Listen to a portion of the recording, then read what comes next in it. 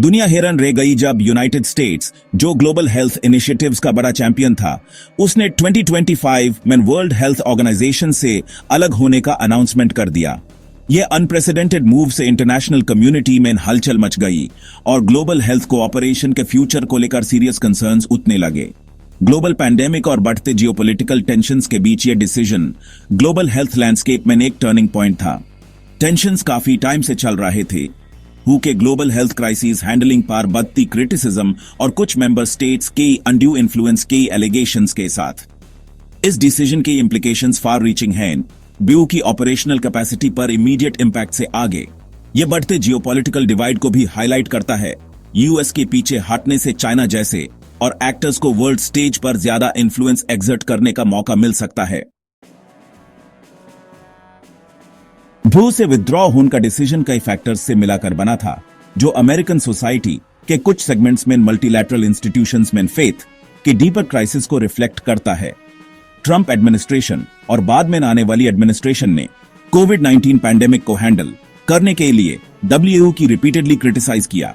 Virus की origin की investigation में ट्रांसपेरेंसी और अकाउंटेबिलिटी की कमी का आरोप लगाया।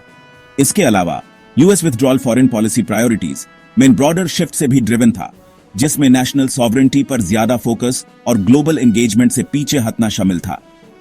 क्रिटिक्स ने आर्ग्यू किया कि WHO ब्यूरोक्रेसी और एनफोर्समेंट मैकेनिज्म्स की कमी के बोझ टाइले infectious disease outbreaks, antimicrobial resistance और नॉन कम्युनिकेबल डिजीजेस के बढ़ते बर्डन जैसे प्रेसिंग हेल्थ इश्यूज को इफेक्टिवली एड्रेस करने के लिए इल इक्विप्ड था। पब्लिक हेल्थ एक्सपर्ट्स, एकेडमिक्स और फॉर्मर गवर्नमेंट ऑफिशियल्स ने WHO छोड़ने के पोटेंशियली डेवास्टेटिंग कॉन्सिक्वेंसेस के बारे में चेतावनी दी, खासकर ग्लोबल पैंडेमिक के दौरान।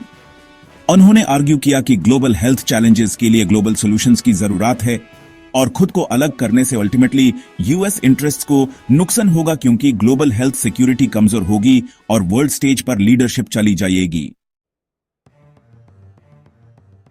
अमेरिका के विथड्रॉल के बाद चाइना ने मल्टीलैटरलिज्म के लिए लीडिंग एडवोकेट और ग्लोबल हेल्थ कोऑपरेशन के चैंपियन के रूप में खुद को पोजीशन करने का मौका पकड़ा। यूएस अनाउंसमेंट के कुछ दिन बाद ही चाइना ने WHO के प्रति अपनी कमिटमेंट दोहराई, अपनी फाइनेंशियल कंट्रीब्यूशंस बढ़ाने और ऑर्गेनाइजेशन के साथ अपने एंगेजमेंट को डीपन करने का वादा किया। इस मूव को वाइडली यूएस द्वारा छोड़ गए वैक्यूम का फायदा उठाने और रिस्पॉन्सिबल स्टेक होल्डर के रूप में चाइना की ग्लोबल इमेज को बूस्ट करने के प्रयास के रूप में देखा गया।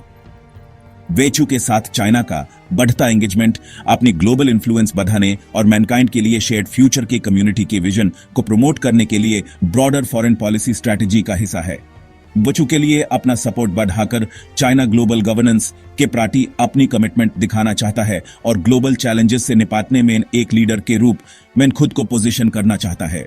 कुछ ऑब्जर्वर्स ने चाइना द्वारा अपने लेवरेज का इस्तेमाल अपने इंटरेस्ट्स को आगे बढ़ाने के लिए करने की संभावना के बारे में कंसर्न्स जताई हैं, खासकर ग्लोबल हेल्थ नॉर्म्स और स्टैंडर्ड्स को शेप देने में।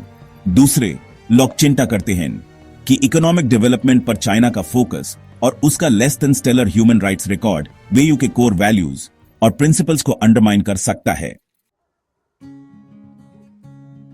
सेक्शन 4 फाइनेंशियल फॉलआउट क्या WHO अमेरिका की फंडिंग के बिना सरवाइव कर सकता है। अमेरिका के WHO से एग्जिट ने एक सिग्निफिकेंट फाइनेंशियल वॉइड क्रिएट कर दिया, जो ऑर्गेनाइजेशन के कोर फंक्शंस को कैरी आउट करने की एबिलिटी के लिए खतरा है। यूनाइटेड स्टेट्स WHO का सबसे बड़ा सिंगल कंट्रीब्यूटर था, जो उसके बिएनियल बजट का एक सब्सटैंशियल पोर्शन देता था। यह फंडिंग WHO के कई प्रोग्राम्स के लिए क्रूशियल थी, डिजीज सर्वेलेंस और आउटब्रेक रिस्पॉन्स से लेकर हेल्थ सिस्टम स्ट्रेंथनिंग और रिसर्च एंड डेवलपमेंट तक। यूएस फंडिंग की लॉस के इमीडिएट और फार रीचिंग कॉन्सिक्वेंसेस कई की WHO प्रोग्राम्स को बजट कट्स का सामना करना पड़ा, जिससे ऑर्गेनाइजेशन को अपनी एक्टिविटीज को प्रायोरिटाइज करना पड़ा और फ्यूचर हेल्थ इमरजेंसीज को इफेक्टिवली रिस्पॉन्ड करने की उसकी एबिलिटी जेपरडाइज हो सकती है। हालांकि यूएस विथड्रॉल के फाइनेंशियल इंपैक्ट को पार्शियली दूसरे मेंबर स्टेट्स, खासकर चाइना के इंक्रीज्ड कंट्रीब्यूशन से ऑफसेट किया गया।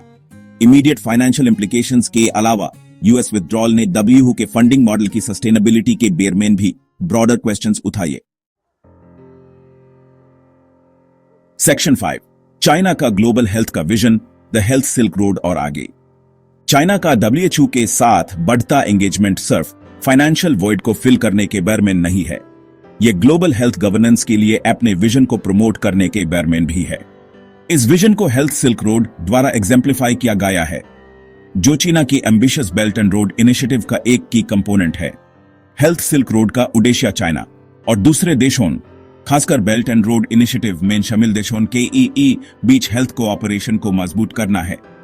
Proponents improved health care infrastructure और इसेंशियल मेडिसिन तक एक्सेस कई टेंजिबल बेनिफिट्स की तरफ इशारा करते हैं।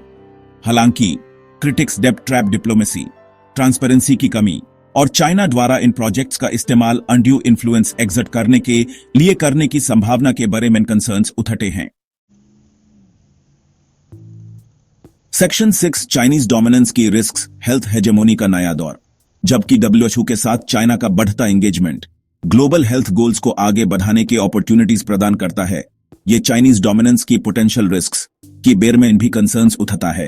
क्रिटिक्स का कहना है कि वीएचओ के अंदर चाइना का बढ़ता इन्फ्लुएंस ग्लोबल हेल्थ गवर्नेंस के लिए एक मोर अथॉरिटेरियन और लेस ट्रांसपेरेंट अप्रोच की तरफ ले जा सकता है।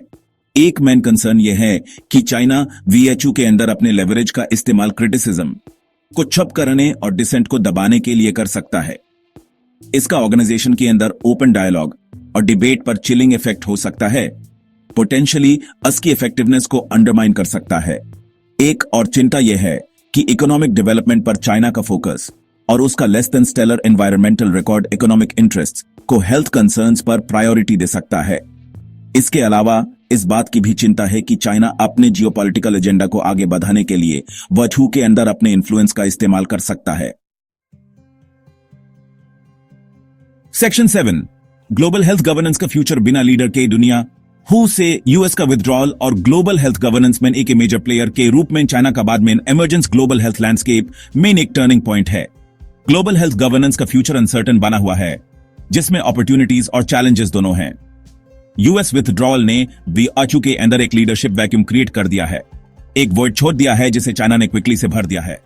जबकि चाइना का बढ़ता एंगेजमेंट ग्लोबल हेल्थ गोल्स को आगे बढ़ाने की अपॉर्चुनिटीज प्रदान करता है। यह ट्रांसपेरेंसी, अकाउंटेबिलिटी और अनड्यू इन्फ्लुएंस की संभावना के बारे में भी कंसर्न्स उठाता है।